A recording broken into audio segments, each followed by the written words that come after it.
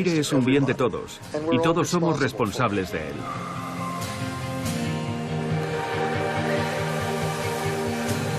El aire limpio no es negociable. Necesitamos aire limpio y lo queremos, aunque también queramos desarrollo.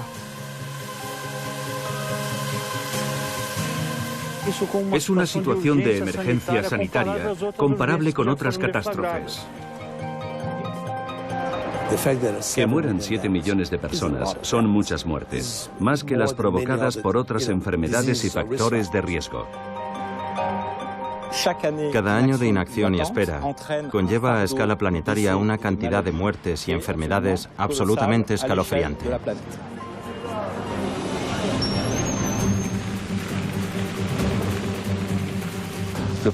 El problema de la contaminación del aire no es un problema irreversible. Se puede resolver teniendo la voluntad de hacerlo. Si no atajamos este problema ahora mismo, imagínese cómo afectará a las próximas generaciones.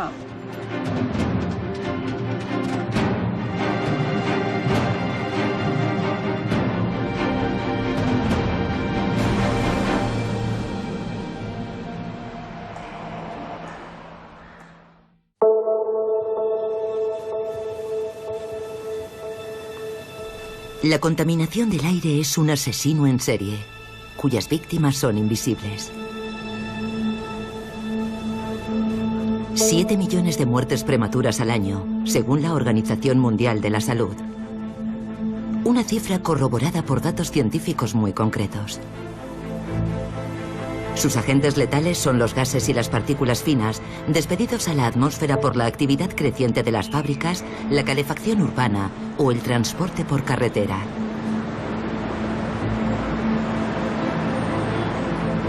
Estas emisiones tóxicas se confunden a menudo con los gases de efecto invernadero, causantes del calentamiento climático, como el CO2, un gas no contaminante. Pero aunque provienen de las mismas fuentes, conllevan otras consecuencias. Los efectos del cambio climático se manifestarán con mucha intensidad a lo largo de las próximas décadas. Tenemos tanta información sobre los problemas climáticos que nos hemos olvidado un poco de los problemas de calidad del aire. Es un problema a muy corto plazo, un problema que se plantea desde hoy mismo porque afecta nuestra salud, porque en el fondo afecta a la gente de hoy. La contaminación atmosférica afecta a todas las megalópolis del mundo a diferentes escalas. Pero las más azotadas son las capitales emergentes, un síntoma de su desarrollo desenfrenado.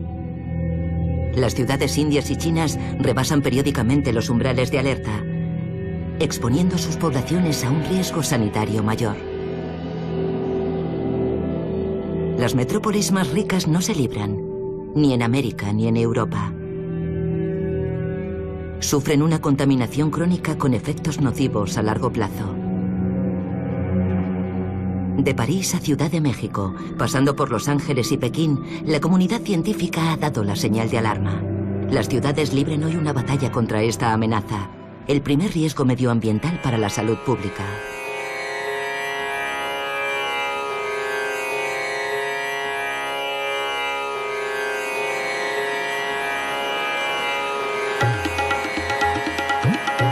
Bienvenidos a Nueva Delhi, la ciudad más contaminada del planeta según la Organización Mundial de la Salud.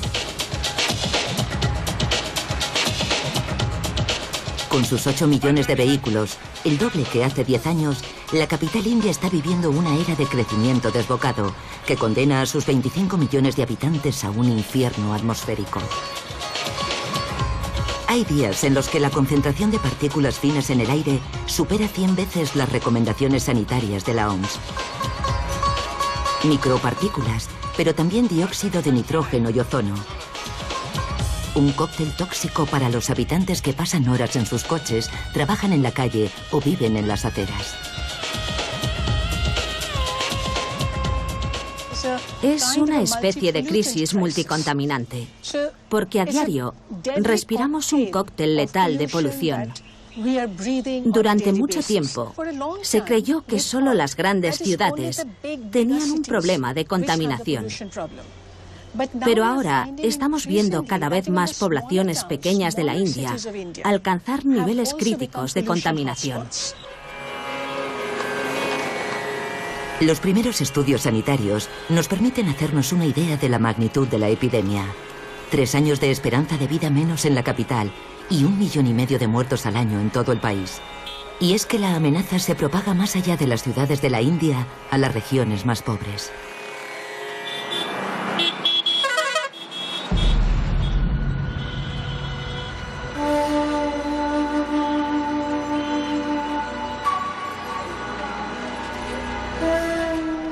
La cuenca del Singrauli es el pulmón energético de la India.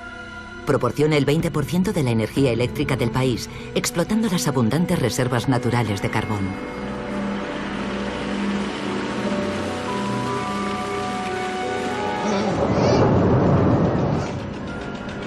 Con sus centrales eléctricas y sus minas desarrolladas a marchas forzadas en los últimos 40 años, Singrauli se ha convertido en una región maldita.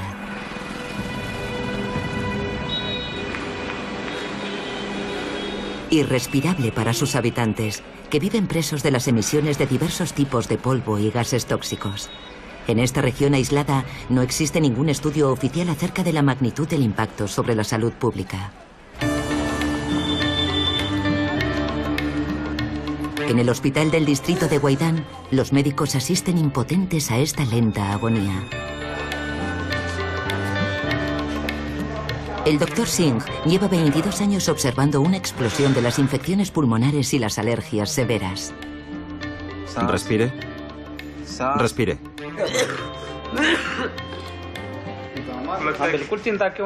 Estoy preocupado. ¿Cómo no voy a estarlo? Somos pobres, no sabemos cómo tratarlo. Tenemos muchísimo miedo.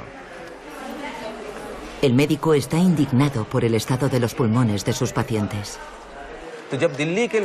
A lo mejor los habitantes de Nueva Delhi pueden respirar todo el humo de coche que quieran, pero en Singrauli, por lo menos, no tenemos pulmones de acero.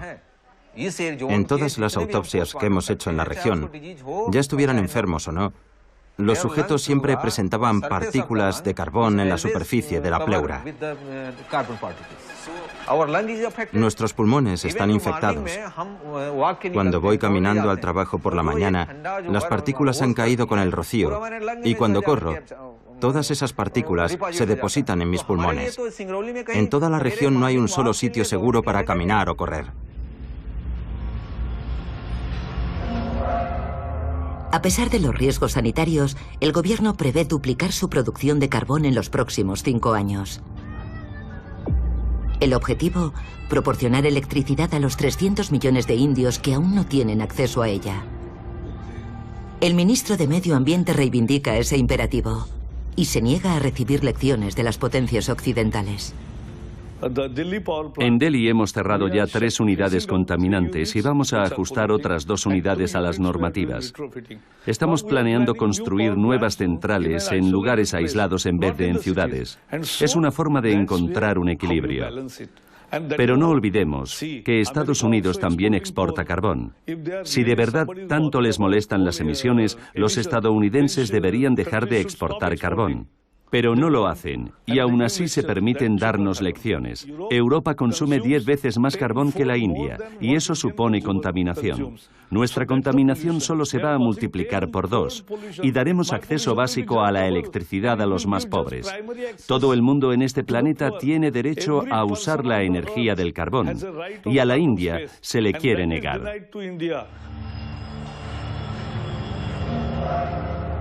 La contaminación que asfixia a los indios es la misma que la de la Europa de los 30 gloriosos, el periodo de rápido crecimiento económico de la posguerra. Hoy el peligro ha retrocedido en el viejo continente, pero la contaminación ha cambiado de naturaleza y, al igual que otras capitales, París no ha derrotado la amenaza.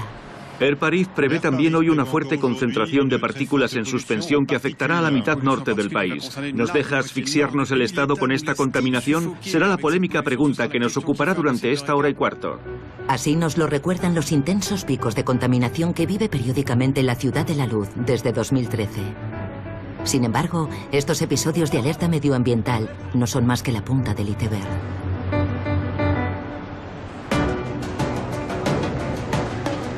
Los parisinos respiran mal todo el año. Un aire viciado que les hace perder 6 meses de esperanza de vida. La densidad del tráfico por carretera y la renovación del parque automovilístico diésel han amplificado el fenómeno de unos años a esta parte. Los ingenieros de Air Paris supervisan esta contaminación crónica. En este concurrido barrio, Karine Leye mide las concentraciones de partículas que los peatones inhalan a diario. Aquí el impacto es mayor. Debido a la densidad del tráfico lo pueden ver perfectamente y al número de vehículos. Y también debido a que la circulación no es muy fluida. Los vehículos se paran, vuelven a arrancar y aceleran. No hay viento y además estamos al lado de los vehículos. Hasta podemos ver perfectamente el impacto de los peatones al pasar, que vuelven a poner las partículas en suspensión. Aquí vemos cómo suben. El contador enloquece. Hasta 10 veces el umbral fijado por la Unión Europea. Ligados al tráfico, hay 2 agentes contaminantes que merecen especial atención. Un gas, el dióxido de nitrógeno, y las llamadas micropartículas, unos polvos microscópicos 100 veces más pequeños que un cabello. Este filtro que ha estado expuesto a la contaminación durante una semana. Y encontramos estas pequeñas partículas que no son filtradas por la nariz, sino que pueden penetrar hasta los alveolos pulmonares. Las partículas finas se clasifican en función de su tamaño. Las PM10, de 10 micrones. Y las más pequeñas y aún más dañinas, las PM2,5, de 2 micrones y medio.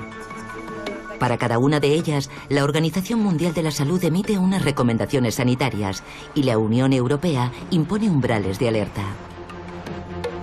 Además del transporte por carretera, hay otros agentes contaminantes que provienen de aún más lejos. El 50% de la contaminación que respiramos aquí es de origen local y el otro 50% es contaminación procedente del conjunto del área metropolitana de París o polución procedente de otros países de Europa. No hay que olvidar que en la región de París existe una zona agrícola relativamente importante. Durante los picos de contaminación que vivimos en marzo del año pasado, hubo una combinación de contaminación ligada al tráfico y los gases emitidos por la agricultura en la temporada de fumigación que contribuyen a la formación de partículas.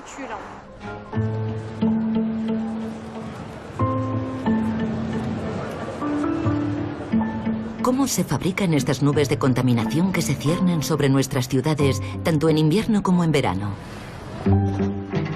Los investigadores del Laboratorio Interuniversitario de Sistemas Atmosféricos estudian toda la complejidad química de la atmósfera gracias a esta máquina. Vamos a inyectar en esta cámara de simulación el mismo tipo de contaminantes presentes en la atmósfera, por ejemplo, en una calle de París o en la zona metropolitana de una gran ciudad. Hoy, el equipo de Jean-François Dusan está reconstruyendo artificialmente un pico de contaminación de verano. Los químicos inyectan en esta cámara aire puro, humedad y 2 de los llamados contaminantes primarios que se forman todos los días en nuestra atmósfera. Te lo dejo así, Eduard, sincronicemos. Un componente del humo despedido por los coches, el xileno, y un gas que también producen los automóviles, sobre todo los diésel, el dióxido de nitrógeno. Adelante, Eduard. Solo falta simular el efecto del sol con estas lámparas para que se produzca la reacción química. Dura varias horas. Es un experimento totalmente invisible, pero para entenderlo mejor lo hemos reconstruido. Bajo el efecto del viento, los contaminantes se dispersan, pero sobre todo se mezclan y bajo el efecto del sol se transforman. De esta forma, los contaminantes inyectados crean nuevas sustancias, los llamados contaminantes secundarios. Son partículas finas y un gas, el ozono. Surgen nuevos gases, generalmente mucho más tóxicos y más irritantes, y nuevas partículas que son cancerígenas. Son sustancias que plantean muchos problemas. La atmósfera es un inmenso reactor químico. Cada día inhalamos gases y partículas primarias. Pero cuando se transforman, padecemos en invierno picos de contaminación de partículas secundarias, fruto del tráfico por carretera, la calefacción y la fumigación agrícola. En verano vivimos episodios de contaminación de ozono ligados al calor. Cuanto más se mezclan las fuentes y los contaminantes, más difícil de combatir es el fenómeno. Los picos de contaminación forman una nube fotoquímica en nuestras ciudades. Son como una tapadera que cubre la parte baja de la troposfera, la capa de la atmósfera en la que vivimos. La altura de esta tapadera puede oscilar entre 2.000 y 250 metros en función de la temperatura ambiente. Cuanto más baja es la nube, más tóxica. Hemos observado que los efectos de la contaminación pueden ser radicalmente diferentes, sobre todo cuando la capa es muy baja, porque entonces se produce un fenómeno de acumulación de contaminantes. Esta nube fotoquímica reacciona de manera diferente en función de las condiciones meteorológicas. La lluvia arrastra los contaminantes al suelo, mientras que el viento los dispersa. Y una situación anticiclónica mantiene la nube estancada.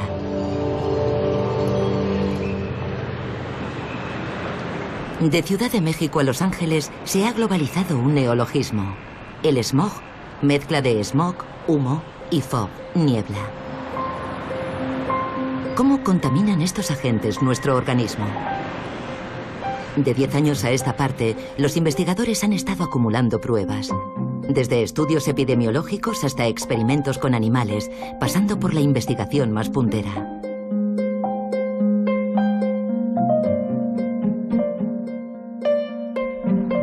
El Instituto Adolf Merkle está especializado en la biología celular. La profesora Barbara Rotten lleva 4 años estudiando en este laboratorio la toxicidad de las nanopartículas emitidas por los motores de nuestros vehículos. Son partículas ultrafinas de menos de 1 micrón de diámetro. Aquí pueden ver una partícula individual. Y aquí, o aquí, son aglomerados de varios cientos de nanopartículas.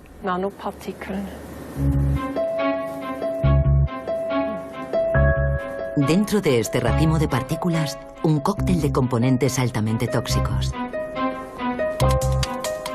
Estos polvos microscópicos libran una batalla sin cuartel para alcanzar el corazón de nuestro organismo. Las partículas de mayor tamaño, las PM10 de 10 micrones, son bloqueadas en nuestras fosas nasales por los pelos y las mucosidades. Pero las más pequeñas, las PM2,5, son más peligrosas. Su contenido químico se metaboliza más fácilmente y alcanza los pulmones y los alvéolos pulmonares, la zona de intercambio con la circulación sanguínea. Se sospecha que las nanopartículas, aún más finas, de menos de 1 micrón, pueden atravesar las membranas de nuestros vasos sanguíneos para acceder a nuestro corazón y hasta nuestro cerebro. ¿Cuál es el mecanismo por el que estas nanopartículas propagan su potencial tóxico? Para entenderlo, Barbara Rotten ha creado un modelo de pulmón artificial in vitro gracias a un cultivo de células humanas. Concretamente células epiteliales, que tapizan nuestros alvéolos pulmonares y células inmunes con funciones defensivas. En un laboratorio cercano, este modelo de pulmón in vitro es expuesto a los gases emitidos por un motor de gasolina y un motor diésel. El diésel es el que más partículas emite, y los filtros de los motores más recientes dejan escapar las más finas. Tras solo 6 horas de exposición, las células han sufrido daños. Se comparan con unas muestras que no han sido expuestas. Aquí aparecen en color verde fluorescente. Cuando las células se ven expuestas a las partículas del diésel y éstas se adhieren a la superficie de la célula o incluso penetran dentro de ella, pueden provocar distintas reacciones celulares. Pueden crear radicales libres que tienen un efecto oxidante. Pueden provocar reacciones inflamatorias o incluso una reacción en el propio núcleo de la célula que podría modificar su ADN, su material genético. La célula no muere propiamente. sino que más bien sufre una división celular descontrolada, una serie de reacciones inflamatorias que a la larga pueden provocar un cáncer. Estos experimentos en laboratorio evidencian los efectos agudos a corto plazo de las partículas diésel. Después de 20 a 30 años de estudios, la Organización Mundial de la Salud ya considera que las partículas de diésel son cancerígenas. Esta conclusión se basa en gran cantidad de experimentos diferentes, realizados con hombres, con animales y con cultivos de células. Cada tipo de trabajo tiene sus limitaciones. Por eso es preciso hacer diferentes estudios, a largo y corto plazo, para conocer los efectos de las nanopartículas.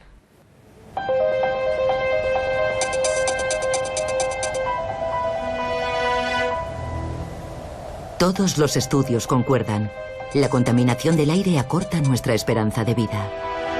Las investigaciones se aceleran. Los científicos han llegado incluso a hacer visibles los efectos de la contaminación en nuestro organismo. En Sao Paulo se está llevando a cabo un experimento único en el mundo desde hace más de un año. El profesor Saldiva trabaja con cadáveres. Este patólogo se ha propuesto determinar cómo la contaminación puede acelerar una enfermedad y provocar la muerte. La autopsia nos permite, sobre todo, acceder a todos los órganos. Es una forma de completar los estudios ya existentes, los epidemiológicos y los clínicos, tomando fragmentos de tejidos que muestran las modificaciones en la estructura de los pulmones, los vasos sanguíneos o el cerebro, y que también nos permitirán comprender los factores que han causado su inflamación. Tras la autopsia, los pulmones son extraídos y sometidos a un examen exhaustivo. Estos pulmones pertenecen a un hombre de 63 años, no fumador. Paulo Saldiva se interesa especialmente por el black carbon, las partículas producidas por la combustión, sobre todo de los motores de automóvil. Sabemos de qué ha muerto este hombre. Padecía una enfermedad renal y una infección, no ligadas a la contaminación necesariamente, aunque uno de los efectos de la contaminación es reducir nuestro sistema inmune. Todos los cuerpos de las personas que hemos autopsiado en Sao Paulo presentaban este tipo de depósito en mayor o menor grado. En cada individuo nos fijamos en el color original del pulmón, que es este. Vemos que hay una especie de frontera entre la parte sana y la que podemos achacar a la inhalación de contaminantes. Para un individuo que no fume y que viva en Sao Paulo, lo más probable es que este black carbon provenga de los vehículos. ¿Cómo lo sabemos? Porque cada partícula tiene una firma, una huella digital. Y en Sao Paulo los principales marcadores son el zinc, el manganeso, el aluminio y el hierro. Tratará de identificar esos marcadores gracias a una serie de análisis químicos realizados en los tejidos pulmonares. Explorando más de 2000 cadáveres e investigando el modo de vida y el historial médico de cada persona fallecida. De esta forma, espera que podrá evaluar el impacto de la contaminación sobre un individuo a lo largo de su vida y propiciar una toma de conciencia.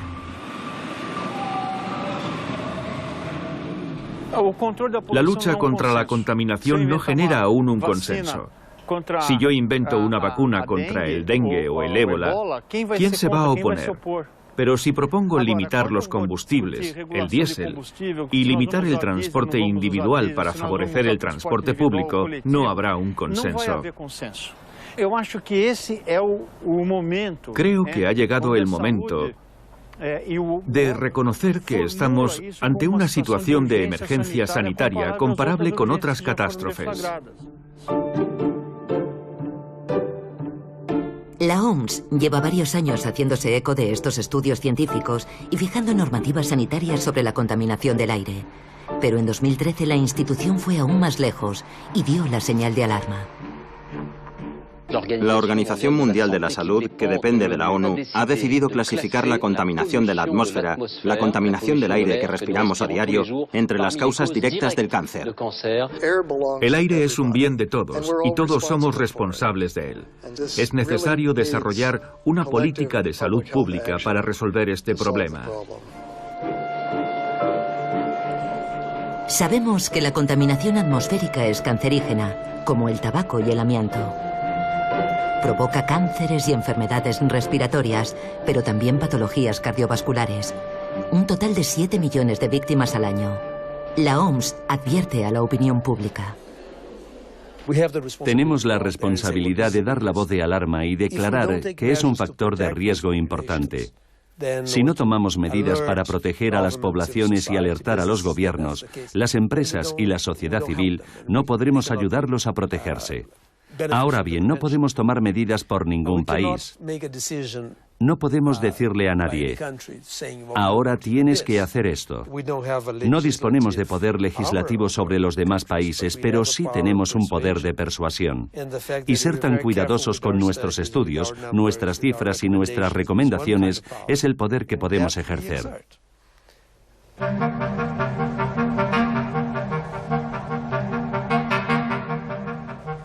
Hasta ahora, los estados han sacrificado el medio ambiente en el altar del crecimiento. ¿Cómo combaten esta plaga? Hoy, todas las miradas están puestas en un país, China.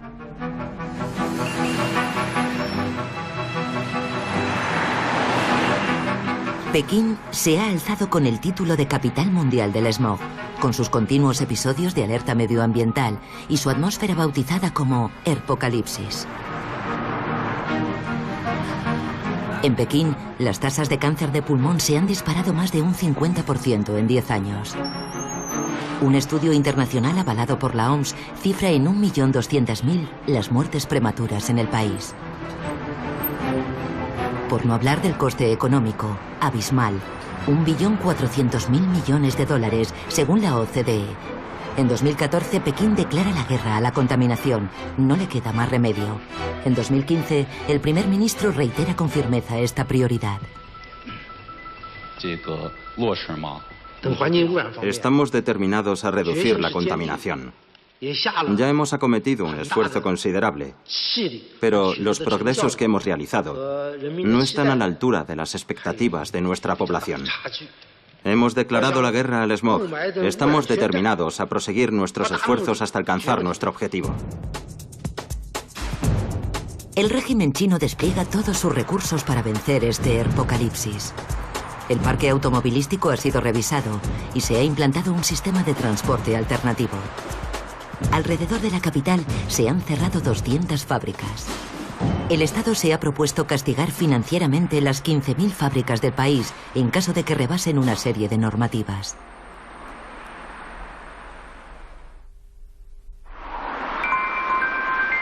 Dos años más tarde, los resultados siguen siendo insuficientes. La corrupción y las reticencias de las provincias chinas ralentizan el proceso. Así lo reconoce el profesor Hao Jimin, uno de los científicos más prestigiosos del país. En ciertas regiones hay mucha corrupción. Todavía no se hace lo suficiente para controlar la aplicación de la ley. El gobierno está dispuesto a combatir la corrupción, pero la toma de conciencia es un proceso largo. China se debate entre la determinación y la constatación de su impotencia. ¿Cuánto tiempo le llevará derrotar la contaminación? Mejorar la calidad del aire en China llevará tiempo. Quizá alcancemos la normativa de la OMS en torno a 2050. Francia todavía no ha alcanzado ese objetivo. Estados Unidos tampoco. Alcanzar la normativa en 2050 es dentro de 35 años. Habrá más de una generación de chinos que deberá vivir en un entorno tóxico. ¿Están preparados para eso? Ustedes, los franceses, no han alcanzado esos niveles en 2 generaciones y, sin embargo, parecen felices.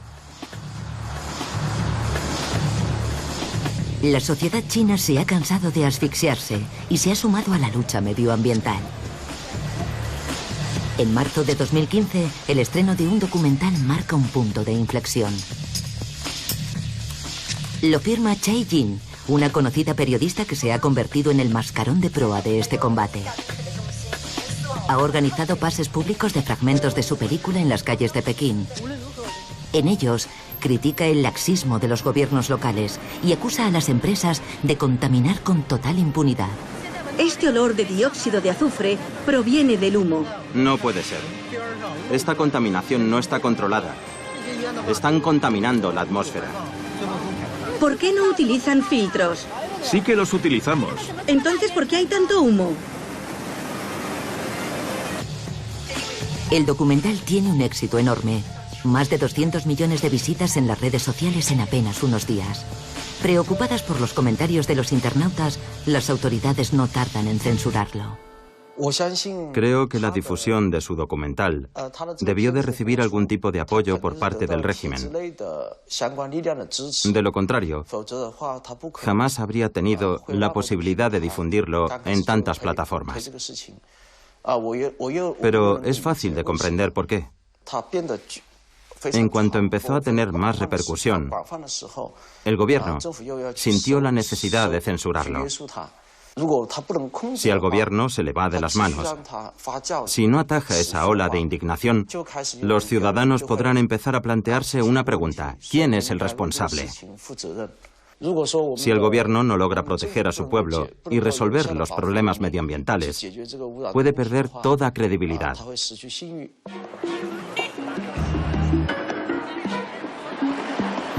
No tienen derecho de huelga ni de manifestación. Sin embargo, algunos ciudadanos chinos se organizan clandestinamente por Internet y salen a la calle para exigir el cierre de las fábricas.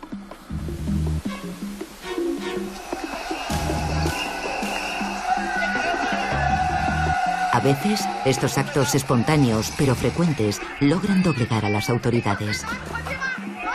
Pekín no puede seguir ignorando que su guerra contra la contaminación se ha convertido en una cuestión de estabilidad social. Pero, ¿qué medidas han tomado otras megalópolis que se enfrentaron a la misma crisis medioambiental hace 25 años?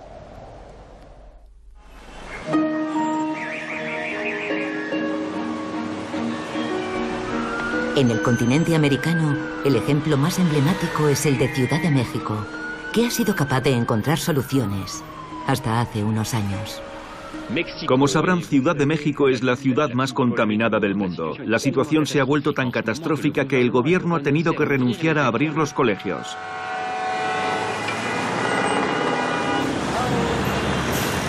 En 1990, Ciudad de México es un valle irrespirable, rodeado de 40.000 fábricas y atravesado por 3,5 millones de vehículos que consumen gasolina con plomo. La capital no tiene más remedio que actuar con contundencia. Deslocaliza fábricas, prohíbe circular un día a la semana y también ordena un control técnico anual de los vehículos para excluir los más contaminantes. El gobierno asegura que antes de finales de año todos los coches habrán pasado por un centro de control como este y habrán reparado su motor. Hoy, Ciudad de México ha ganado 200 días de aire sano al año, según la normativa mexicana, que aún está muy por debajo de la de la OMS. Pero las autoridades ejercen una vigilancia permanente. Controlan la calidad del aire como si fuera un cazo de leche en el fuego. Y el ayuntamiento ha adoptado el principio de la ecología punitiva.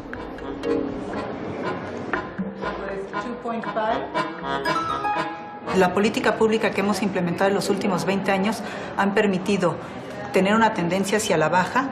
El gran reto es continuar esa tendencia hacia la baja. ¿Qué tenemos que hacer? Asumir el costo político que muchas veces esas decisiones no populares implican, pero que para eso estamos aquí en estos cargos públicos, para tomar esas decisiones responsables que en el mediano y largo plazo nos beneficien a todos. Pero, tras 25 años de esfuerzos, los mexicanos se han hartado de los sacrificios que se les exige. Los inconformes con las modificaciones al programa Hoy No Circula protagonizaron una riña contra elementos del Cuerpo de Granaderos del Distrito Federal. En el verano de 2014 se manifiestan contra la prohibición para los coches de más de 15 años de circular los sábados, castigada con multas de más de 200 euros. Pero sobre todo, el ambicioso plan de Ciudad de México se ve frenado por otra enfermedad que gangrena el país, la corrupción. Constancio Rodríguez es taxista y conoce los trucos de los mexicanos para sortear las leyes. Porque un policía agarra a uno que no está circulando, que no debería circular, y lo primero que hace es pedirle dinero y ya lo deja circular. Le dan una clave en el cual pueda circular ya todo el día y no hay ningún problema. ¿Podrá la ciudad superar este bache? Entre la mala praxis y la urbanización tentacular, la contaminación vuelve a alcanzar niveles alarmantes en Ciudad de México. La capital tiene que acceder a una nueva fase. Y la esperanza viene de los nuevos líderes medioambientales. Marta Delgado encabeza la campaña para imponer las ecobicis. Su objetivo es convencer a los mexicanos de su uso y también exige a las autoridades soluciones de transporte sostenibles. Aquí además tenemos reglas mucho más estrictas que son únicas en la zona metropolitana y ciertamente sería muy bueno pensar que todas estas reglas y políticas se extienden a lo largo del territorio nacional. En la Ciudad de México, los habitantes de la ciudad pienso que han hecho suficientes esfuerzos. Necesitamos pensar en otro tipo de medidas que puedan hacer que la población encuentre el transporte público más conveniente. Hay que poner las soluciones que son convenientes para las personas. No solo esperar a que las personas tengan una conciencia de los problemas muy diversos que tiene la sociedad. Problemas de salud, de economía, de civilidad, de urbanismo, de limpieza, de ecología. Es pues toda una campaña cultural, una revolución cultural que necesitamos tener. Ciudad de México está contra la espada y la pared. Dentro de 10 años, el 80% de los mexicanos vivirá en las ciudades, una perspectiva que amplía el desafío ecológico.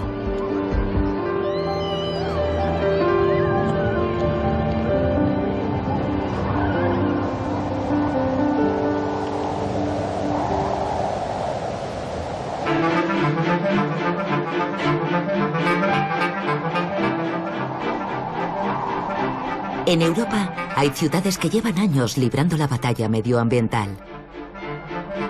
Berlín, pionera en políticas verdes, es el mejor ejemplo. La capital alemana está menos expuesta a la contaminación que otras ciudades europeas, ya que en 2008 logró imponer la creación de una zona medioambiental. Un centro protegido al que no pueden acceder los coches más contaminantes.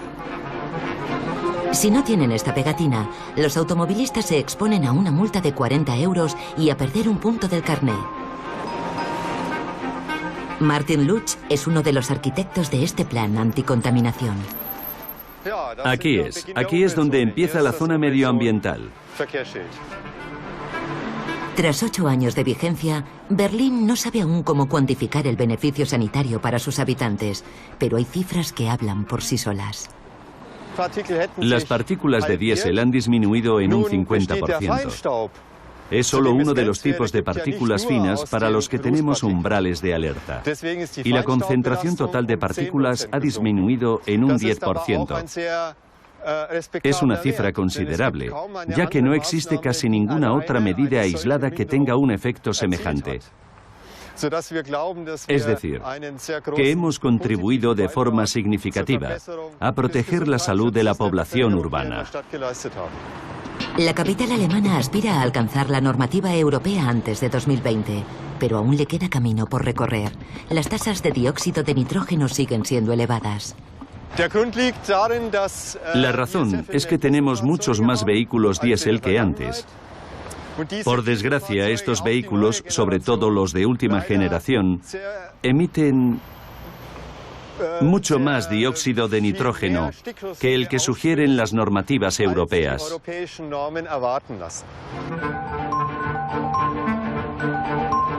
Pese a ser una capital muy verde, ni siquiera Berlín ha llegado a prohibir los coches diésel recientes.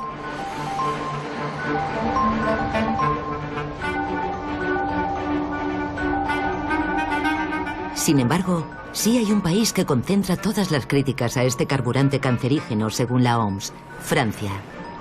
Es el país más dieselizado del mundo. pero en noviembre de 2014 estas declaraciones parecen marcar un antes y un después. Ha sido un error decantarse por los motores diésel durante tanto tiempo. Hay que corregir progresivamente ese error con inteligencia y pragmatismo. Desde este discurso, ¿qué medidas concretas ha tomado el Estado francés? Tras ser interrogados por una comisión de investigación parlamentaria en junio de 2015, los fabricantes de automóviles están en el punto de mira. Christian Chapelle, ¿jura usted decir toda la verdad y nada más que la verdad? Diga lo juro. Lo juro. Según ellos, sus nuevos motores diésel son tan limpios como sus motores de gasolina, una versión más que discutible. Los test de contaminación de todos los vehículos europeos se realizan en laboratorio, por lo que no reflejan las condiciones reales de conducción. Todo se ha vuelto aún más opaco en septiembre de 2015, tras destaparse el escándalo de Volkswagen, que manipuló los niveles de contaminación de sus motores. Las ONGs reclaman más transparencia. A falta de test más robustos, no creemos a los fabricantes diciendo que sus vehículos diésel son limpios. Con estos niveles de dióxido de nitrógeno, los vehículos diésel no son la panacea. Ha habido varios intentos en ese sentido por parte de laboratorios independientes a nivel internacional. Concretamente, los servicios de la Comisión Europea con sede en Italia, que muestran que los vehículos Euro 6 diésel, los más recientes, emiten una media de 8 veces más en la realidad que en el ciclo homologado. Ségolène Royal, ¿jura usted decir toda la verdad y nada más que la verdad? Levante la mano derecha y diga lo juro. Lo juro. También comparece la ministra de Ecología, Ségolène Royal, quien confirma públicamente que los diésel siguen siendo contaminantes. Pero de ahí a prohibirlos hay mucho trecho. Gracias, señora ministra. Señora ministra, no ha contestado a mi pregunta sobre los motores diésel. ¿Sobre la prohibición de los motores diésel? Dos cosas. A día de hoy no podemos prohibir los motores diésel de la noche a la mañana, puesto que año tras año hemos estado animando a la gente a comprar vehículos diésel. Así que debemos ser sensatos, pragmáticos y estudiar la realidad de los hechos. En segundo lugar, tenemos que saber lo que queremos. Podemos decir que, efectivamente, hay 40.000 muertes prematuras debidas a la contaminación, pero entonces hay que tomar medidas mucho más radicales. ¿Cómo puede ser que haya autobuses diésel en París y que haya taxis diésel en París? ¿Nos dicen que hay entre 20.000 y 40.000 muertes prematuras? Pues se acabó. Decretamos que a partir de ahora los taxis y los autobuses serán eléctricos. ¿Por qué va todo tan lento? Así que todos somos corresponsables de la situación. A mí me parece bien la ideología antidiésel, y es cierto que el diésel es contaminante, pero al mismo tiempo no basta con proclamarlo, hay que tomar medidas. La ministra achaca la responsabilidad a las ciudades. Sin embargo, es el Estado francés el que ha de responder ante Bruselas por no respetar las tasas límite de calidad del aire. París intenta dar ejemplo tomando la iniciativa. La alcaldesa se compromete a liberar la ciudad de todos los vehículos contaminantes antes de 2020. ¿Quién está a favor? ¿Quién está en contra? ¿Alguna abstención? Muy bien, pues sí, esto se merece un aplauso. A partir del 1 de julio de 2016, el centro de París será una zona de circulación reducida, siguiendo el ejemplo de Berlín. Los vehículos anteriores a 1997 quedarán prohibidos, mientras que se incentivará a los parisinos a que utilicen sistemas de coche compartido. Pero, al igual que en Berlín, de momento no se habla de excluir los nuevos diésel. No quiero más diésel en París. Hasta el diésel de nueva generación es peligroso. Es una tecnología del pasado que consume energías fósiles. Hay que pasar a otra cosa, pero al mismo tiempo soy pragmática. Quiero que encontremos soluciones alternativas y que podamos acelerar la transformación de nuestro parque automovilístico, empezando por los vehículos más antiguos, para reemplazarlos por vehículos limpios o eléctricos o incluso ningún vehículo, puesto que es perfectamente posible desplazarse dentro de la ciudad sin poseer un vehículo privado. Y yo estoy haciendo todo lo que puedo para que la ciudad esté a la altura del desafío y a la vanguardia de esta revolución eléctrica. Ya verán cómo en 2020 el paisaje de París no será el mismo.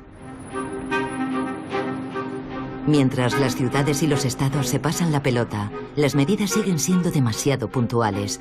La batalla del aire muestra así sus limitaciones. Según los investigadores, hay una dimensión del fenómeno que ha sido totalmente infravalorada por los políticos. Y es el hecho de que la contaminación atmosférica no tiene fronteras.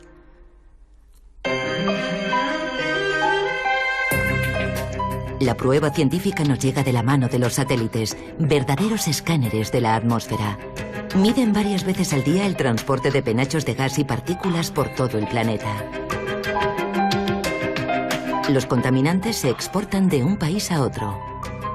En Europa, por ejemplo, Francia puede recibir una parte de la contaminación alemana, que a su vez procede de Polonia, y viceversa, dependiendo de las corrientes aéreas y la intensidad de los episodios. En Asia, el smog de Pekín sobrevuela Japón.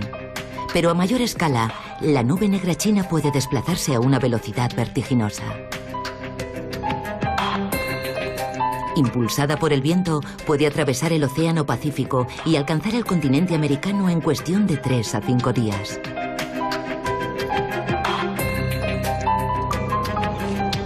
En Boulder, verdadera meca del clima y la química atmosférica, los investigadores llevan varios años estudiando este fenómeno. El equipo de David Edwards sigue el rastro del ozono, un gas nefasto para la salud y los cultivos. Estamos viendo cada vez más el impacto de la contaminación que recorre largas distancias. Podría representar un pequeño porcentaje, un 5%, pero hay estudios que sugieren que podría ser de hasta el 10%. Por ejemplo, en el caso de las tasas de ozono observadas en la costa oeste de Estados Unidos, que procederían en parte de China.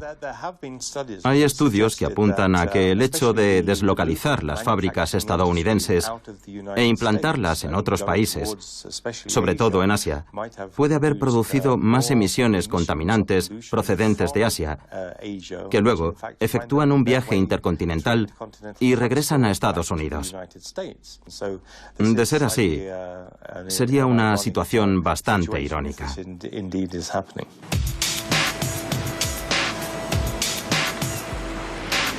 Ironías del destino para California, que tanto empeño ha puesto en convertirse en uno de los estados más limpios de Estados Unidos. California aplica al pie de la letra la Ley de Aire Limpio, la ley sobre calidad del aire más restrictiva del mundo. En Los Ángeles, todo un símbolo de éxito medioambiental en los años 90, las concentraciones de ozono y partículas finas vuelven a estar al alza. En el Valle de San Joaquín, en el centro de California, la nube china ha levantado ampollas. La región supera los umbrales reglamentarios y se niega a pagar las multas por una contaminación que asegura no producir. Para la jefa de la Agencia Gubernamental de Calidad del Aire, es un pretexto falaz. No estoy diciendo que debamos ignorar este fenómeno, pero a veces me preocupa que algunos industriales o que algunas autoridades locales puedan decir, bueno, ¿qué le vamos a hacer? No es culpa nuestra, todo es culpa de China, así que podemos ignorar la contaminación que estamos creando nosotros aquí. No sería cierto legalmente y tampoco sería cierto científicamente. Todo el mundo debe poner de su parte. No hay un solo malo de la película en este asunto. Todo el mundo comparte la responsabilidad. Una contaminación atmosférica sin fronteras y sin policía internacional. No existe ningún tratado mundial, ni siquiera un índice común de calidad del aire. Frente a la emergencia, el prestigioso climatólogo Guy Brasser aboga por una gobernanza mundial de la contaminación del aire. Europa y Estados Unidos ya abordaron en su momento el problema de la contaminación y de la calidad del aire, y ahora tienden un poco a considerar que no es su problema, que es el problema de China, de la India y quizá de África el día de mañana. Pero los gobiernos deberían ver un poco más allá de la punta de su nariz y comprender que la contaminación en China y la India, aunque no sea de forma directa y visible, también será un problema a largo plazo para nosotros en Europa y en el continente norteamericano. todavía no hemos conseguido convencer a la clase política internacional de la necesidad de un gran acuerdo internacional sobre el problema de la contaminación. No se trata solo de decir a los países, no contaminéis. Se trata de ayudar a los países a desarrollar su economía, sus infraestructuras y su sistema industrial al tiempo que limitan sus emisiones. Y tenemos que ayudarlos. No podemos esperar 10 años más. Hay que hacerlo cuanto antes. Una emergencia cuya solución exige políticas globales y otras formas de producir y vivir en las ciudades. Los activistas llaman a una movilización planetaria, como la que existe para el cambio climático. Para ellos, la batalla del aire apenas acaba de empezar. Es una batalla que no va a acabar, porque para el año 2050 tendremos el 75% de personas viviendo en las ciudades. Y esto puede representar un gran problema, pero también importantes oportunidades, y controlar y eficientar la forma de vida de la mayoría de la población mundial. Creo que tenemos que diseñar nuestras ciudades en beneficio de sus habitantes. La salud pública y la calidad de vida deberían ser elementos clave en las políticas en el entorno urbano. Necesitamos ciudadanos concienciados y necesitamos políticos con voluntad de tomar medidas. Pero lo cierto es que soy optimista, porque creo que una vez la ciudadanía entienda la magnitud de este problema, tenderá a apasionarse por él.